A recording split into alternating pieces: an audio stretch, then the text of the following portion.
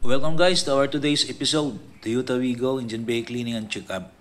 Para sa good performance ng ating engine, unahin natin na check up tong coolant natin. Ayan, para avoid tayo, no? Malayo tayo sa engine overheating. At ito naman yung brake fluid natin para safety tayo. Napaka-halaga ng regular check-up sa ating engine, lalo na sa ating Wigo. Remove natin itong airbox para malinis natin yung air filter. Matagal ito na hindi na tanggal ng may-ari. So ito yung gagawin natin. Ayan, napakarumi ng ating airbox. Kung titingnan natin sa loob, maraming dumi yan.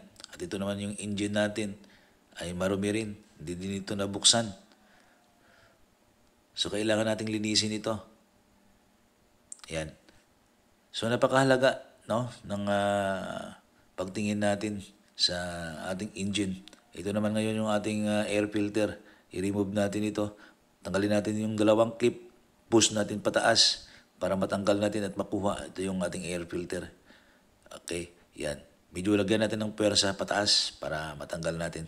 So ngayon makikita na natin itong ating engine, yung air filter natin sa loob. Yan, ito yung tanggalin natin. Hugutin lang natin, madaling makuha. Original air filter pa ito, hindi pa ito napalitan. Okay pa naman yung kanyang quality. So, okay lang. Gawin natin dito, spray natin ito ng compressor para matanggal itong mga alikabok na naipon dito sa loob.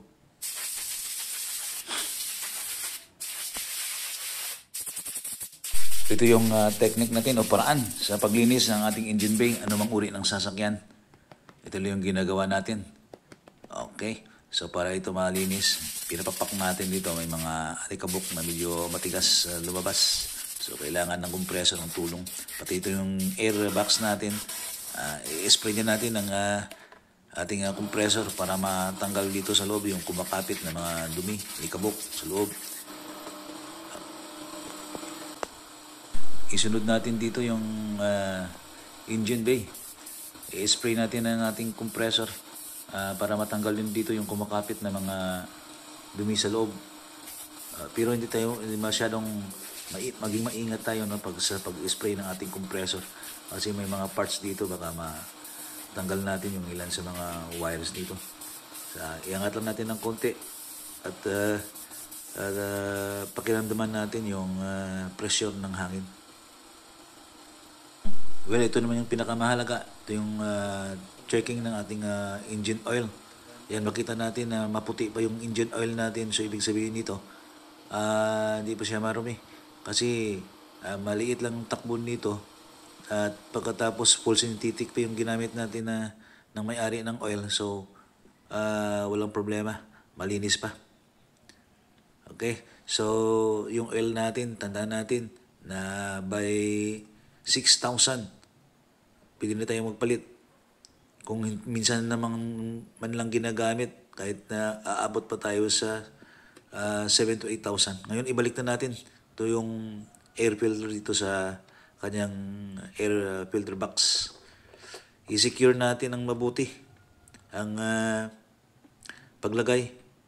Kailangan naka-secure ito at naka-clip yung dalawa. Baka may kalimutan natin at tatakbo tayo na matanggal tong cover ng ating air filter. Next, move natin. Ibalik natin tong airbox dito sa kanyang posisyon. I-secure din natin tong kanyang lock para wala tayong marinig na kalabog habang tumatakbo. Yan. Push natin pababa para malak natin ng mabuti. Okay, so ngayon, okay na yung ating paglinis. Nalinis na natin yung loob. Itas natin yung engine para pakinggan natin yung kanyang sound. Hanggang dito lang tayo. So, reminder na ang engine bay cleaning and check-up should be done regularly para sa ating safety. Thank you for watching.